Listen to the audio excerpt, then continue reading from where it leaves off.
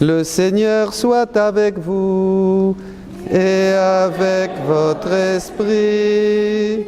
Lecture du Saint-Évangile de Jésus-Christ selon Saint Jean.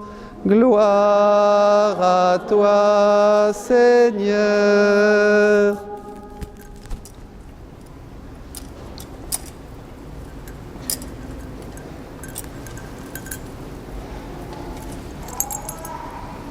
En ce temps-là, Jean le Baptiste se trouvait avec 2 de ses disciples. Posant son regard sur Jésus qui allait et venait, il dit « Voici l'agneau de Dieu ». Les 2 disciples entendirent ce qu'il disait et ils suivirent Jésus.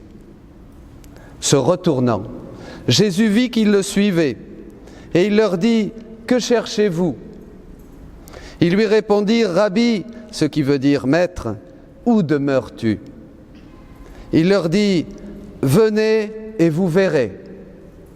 Ils allèrent donc, ils virent où il demeurait, et ils restèrent auprès de lui ce jour-là. C'était la 10e heure, environ 4 heures de l'après-midi. André, le frère de Simon-Pierre, était l'un des 2 disciples qui avaient entendu la parole de Jean et qui avaient suivi Jésus. Il trouve d'abord Simon, son propre frère, et lui dit « Nous avons trouvé le Messie », ce qui veut dire Christ. André amena son frère à Jésus. Jésus posa son regard sur lui et dit « Tu es Simon, fils de Jean. Tu t'appelleras Képhas, ce qui veut dire Pierre. » Acclamons la parole de Dieu. Louange à toi, Seigneur Jésus.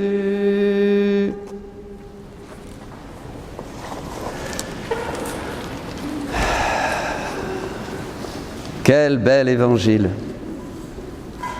Le début de Saint Jean. Tout se met en place. Le Verbe fait chair, commence à agir et à cheminer au milieu des hommes.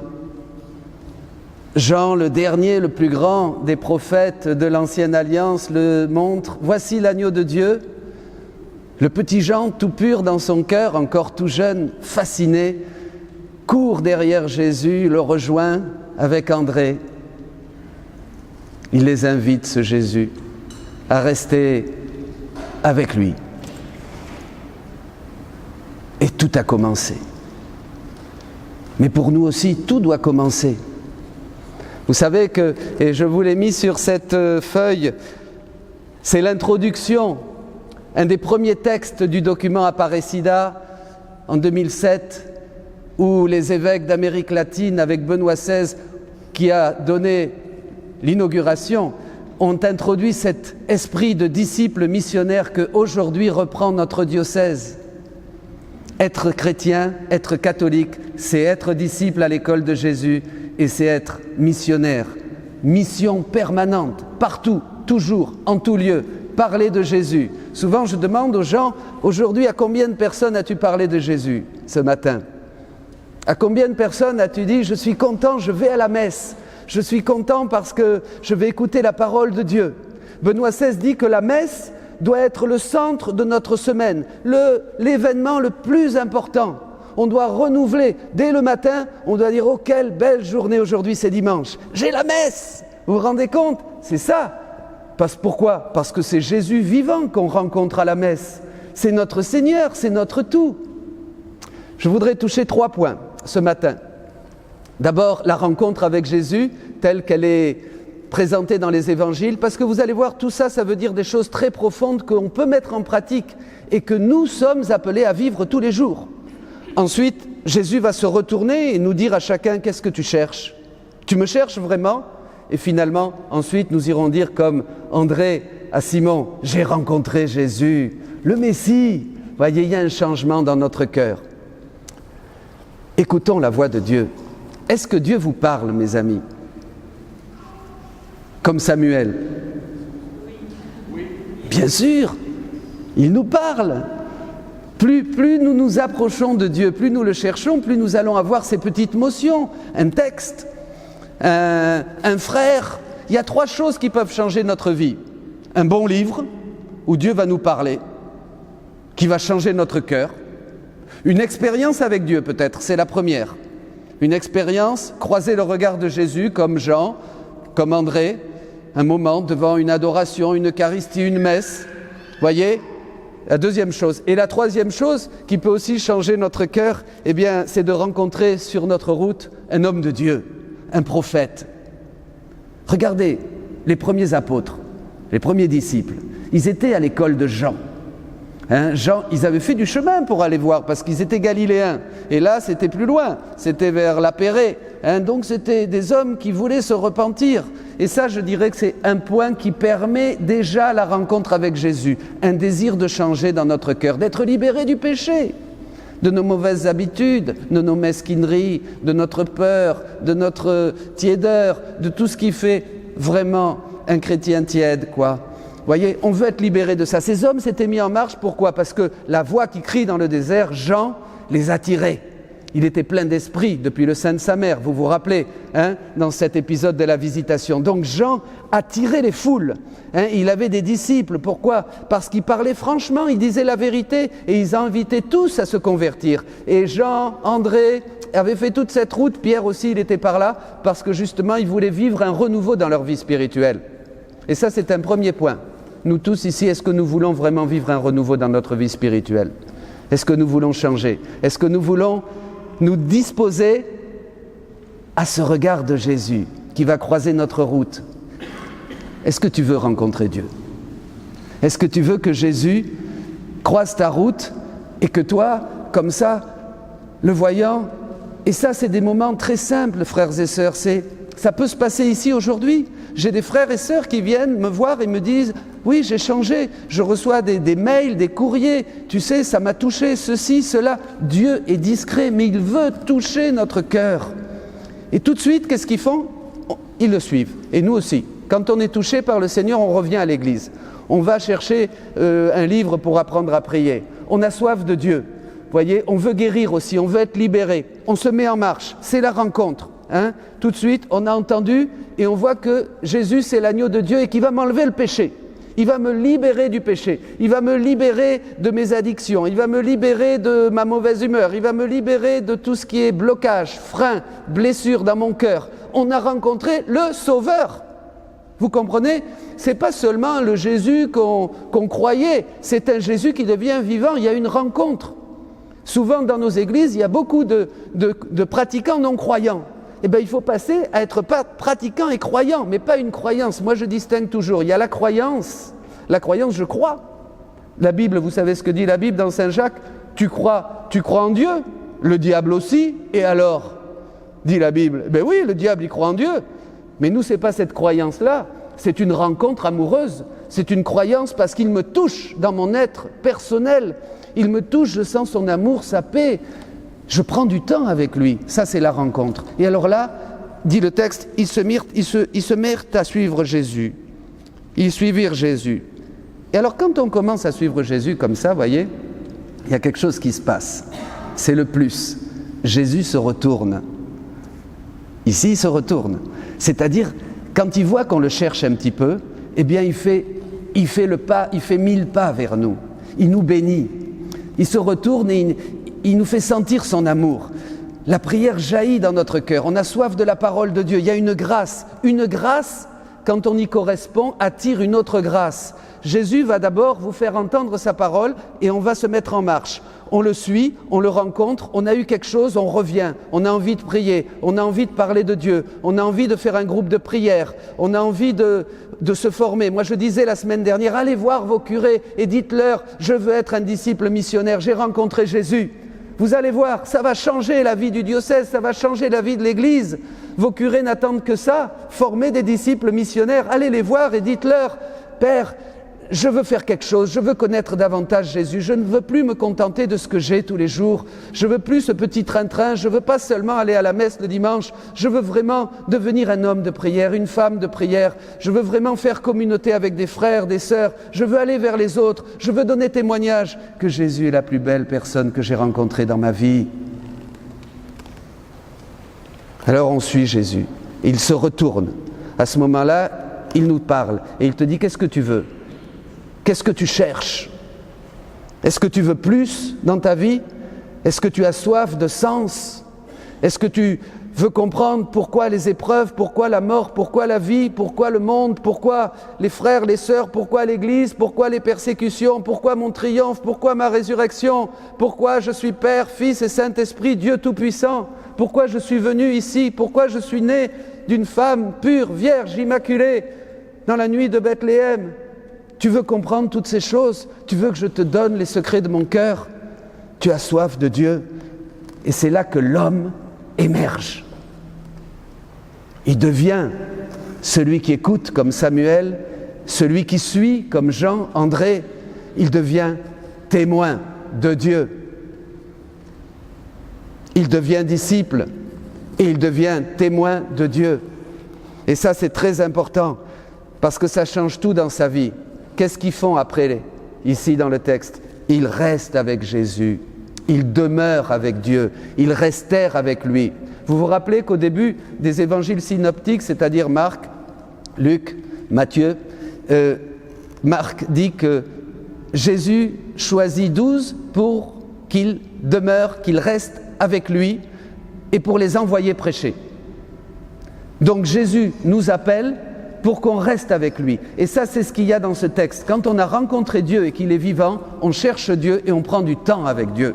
Moi, je dis toujours, moi, j'aime bien prendre le temps pour les messes. J'aime bien qu'on célèbre la messe et que vous veniez, qu'on vraiment on loue le Seigneur, on bénit le Seigneur, on rend grâce à Dieu, on ne regarde pas la montre, ou quand dans certaines messes que je connais, déjà, quand les gens ont communié, on entend les clés qui bougent et hop, ils n'ont qu'une envie, c'est de courir au parking pour s'en aller. Mais c'est pas possible ça. Dieu est Dieu. Dieu est grand.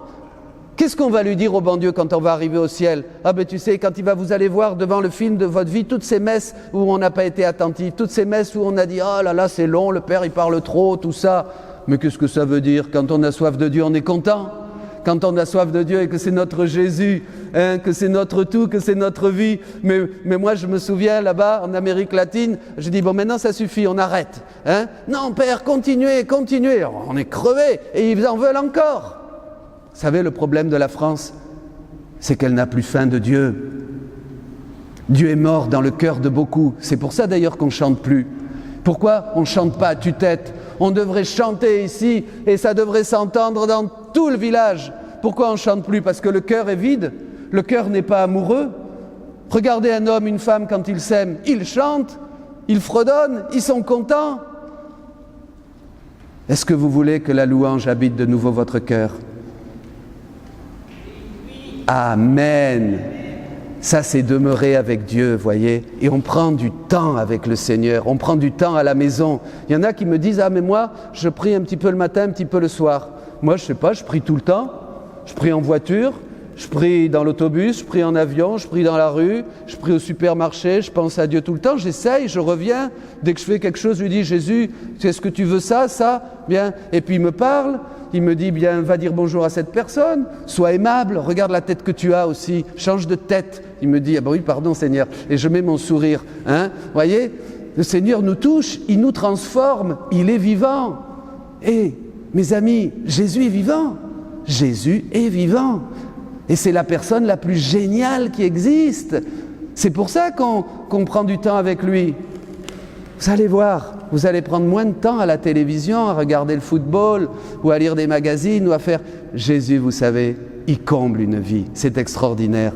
Une vie de couple, une vie de célibataire, une vie de curé, une vie de bonne sœur, une vie de jeune, une vie de scout qui sont ici. Jésus est la seule personne qui vraiment peut captiver, séduire un cœur et faire qu'on est bien avec lui. Et on a beaucoup moins besoin de choses matérielles, on a beaucoup moins besoin de tous ces bruits, de toutes ces choses. On est heureux et en plus, tout va mieux. Il a dit, cherchez d'abord le royaume de Dieu et tout le reste vous sera donné par surcroît. mes amis, ça vaut le coup de demeurer avec Dieu. Et je terminerai avec ça, et qui est justement le but et de tout ce qu'a voulu nous partager notre synode diocésain. On devient missionnaire. Mais missionnaire permanent, disaient les évêques. On est en mission permanente. C'est-à-dire que quand on a rencontré Jésus et qu'on est amoureux, quand il est vivant dans nos vies, quand on écoute sa parole, quand on a soif, quand on veut faire communauté avec d'autres pour justement partager. Bientôt, on va commencer une école de disciples missionnaires ici dans cette paroisse. Ça va être génial. Tout le monde va être capable de parler de Dieu, de rendre témoignage des merveilles que le Seigneur fait dans son cœur, dans sa vie. Parce que Jésus commence à transformer un cœur, une vie. Et on a envie de le dire aux autres. On a envie de dire aux autres, j'ai rencontré Jésus.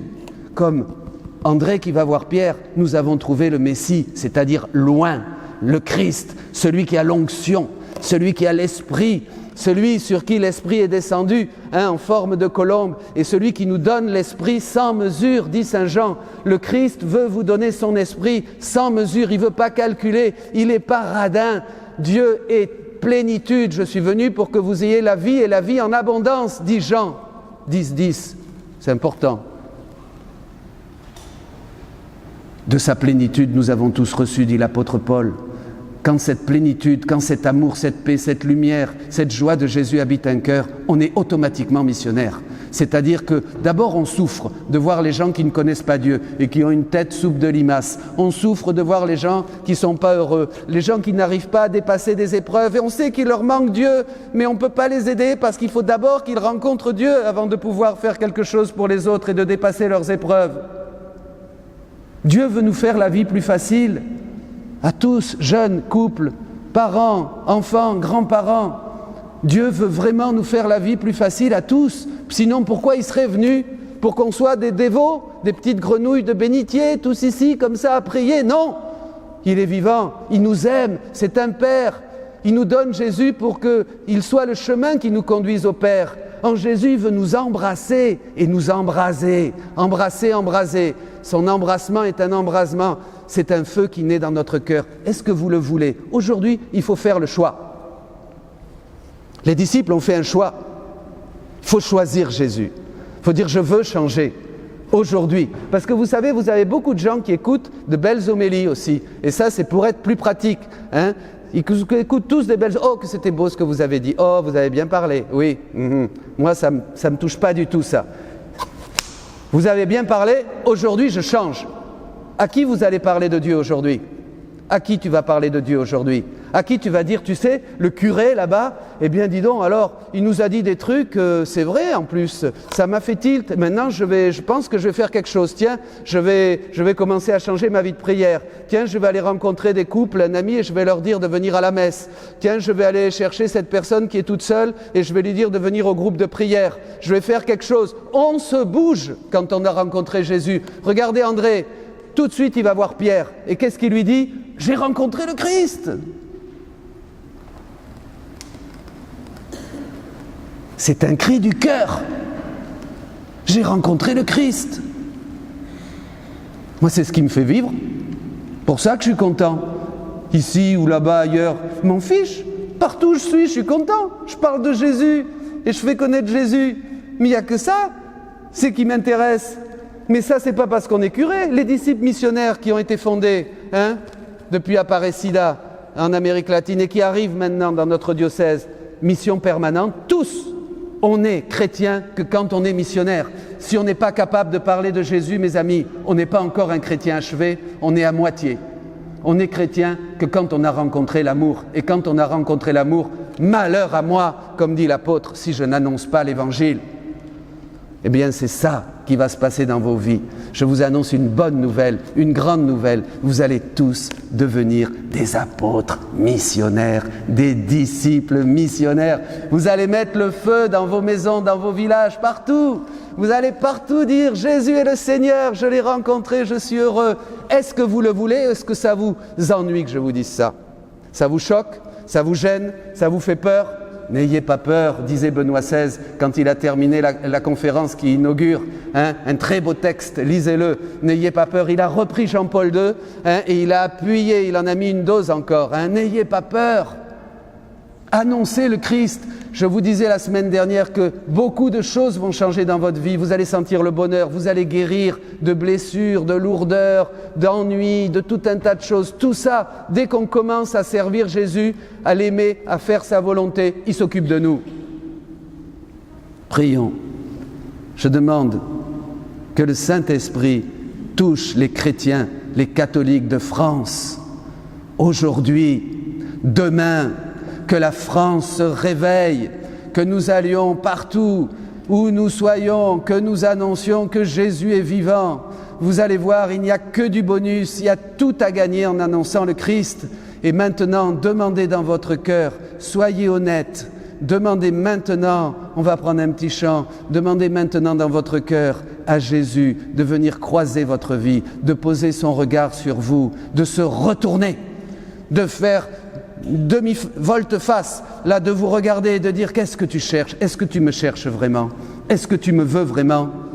Est-ce que tu veux aujourd'hui, en ce dimanche, est-ce que tu veux que tout change dans ta vie? Parce que je suis celui que si tu rencontres ma vie, mon amour, ma tendresse, ma lumière, je suis celui qui peut tout changer dans ta vie. Demandons au Seigneur, prions, fermons les yeux. Oui, Jésus. Aujourd'hui, ma vie peut commencer de nouveau. Je te demande pardon pour ne pas avoir pris au sérieux ton appel, ton message. Je vois devant moi les années qui me restent et je veux passer, comme me disait cet évêque, Monseigneur Rabine, je me souviens, évêque d'Albi, il nous avait dit en tapant sur la table, il nous avait dit « Je veux passer le reste de ma vie à annoncer Jésus-Christ ».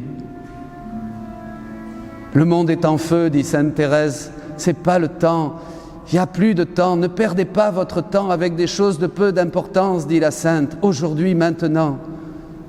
Décide-toi, mon frère, si tu ne le fais pas, personne ne pourra le faire à ta place. Chacun est unique. Chacun est appelé par Dieu. Consolez Jésus, ne le laissez pas seul. Il est venu sur notre terre. Il a souffert, il a parlé, il est mort sur la croix. Il dit « J'ai soif de toi, j'ai besoin que tu m'aides. Je n'en peux plus de voir ces hommes et ces femmes qui se perdent et qui ne me connaissent pas. Si tu me laisses prendre ta vie en main, si tu me donnes les rênes de ton existence, je te remplirai de mon Esprit Saint et je ferai de toi un disciple, un missionnaire, un apôtre, un homme de Dieu, une femme de Dieu. Fais-le, écoutez Jésus, écoutez-le, ne le faites plus souffrir avec le mutisme, avec la peur, avec le manque de dynamisme, le manque d'intérêt. Consolez le cœur de Dieu. Répondez-lui comme Jean, André, Pierre, Nathanaël, et vous verrez le ciel ouvert et les anges de Dieu monter et descendre au-dessus de vos vies. Amen. Amen. Amen.